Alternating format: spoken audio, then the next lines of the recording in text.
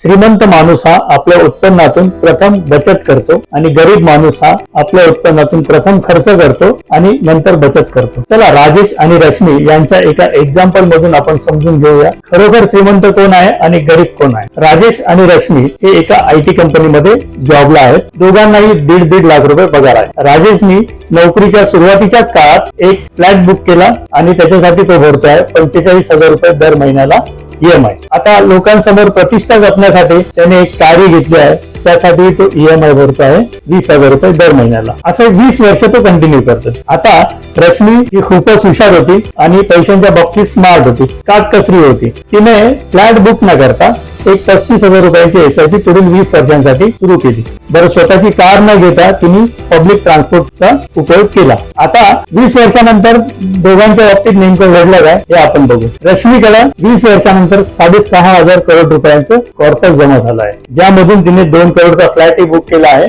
एक मोठी कारही घेतलेली आहे आणि मध्ये मध्ये ती फॉरेन व्हॅकेशनलाही जात आहे, फुल मजा घेत आहे। राजेश अजूनही त्या 2 BHKच्या फ्लॅट मध्येच राहत आहे आणि अजूनही तो स्ट्रगल करतो आहे। आता मित्रांनो मला सांगा कोणाची लाईफस्टाईल योग्य आहे, कोण खरोखर श्रीमंत आहे, कोण खरोखर गरीब आहे। मला कमेंट्स बॉक्स मध्ये आपण कळवा, मी आपल्याला नक्कीच मदत करेन। असेच व्हिडिओ बघण्यासाठी आणि असेच मार्गदर्शनासाठी आपण मला फॉलो करा आणि माझ्या व्हिडिओला जास्तीत जास्त शेअर करा। थँक्यू।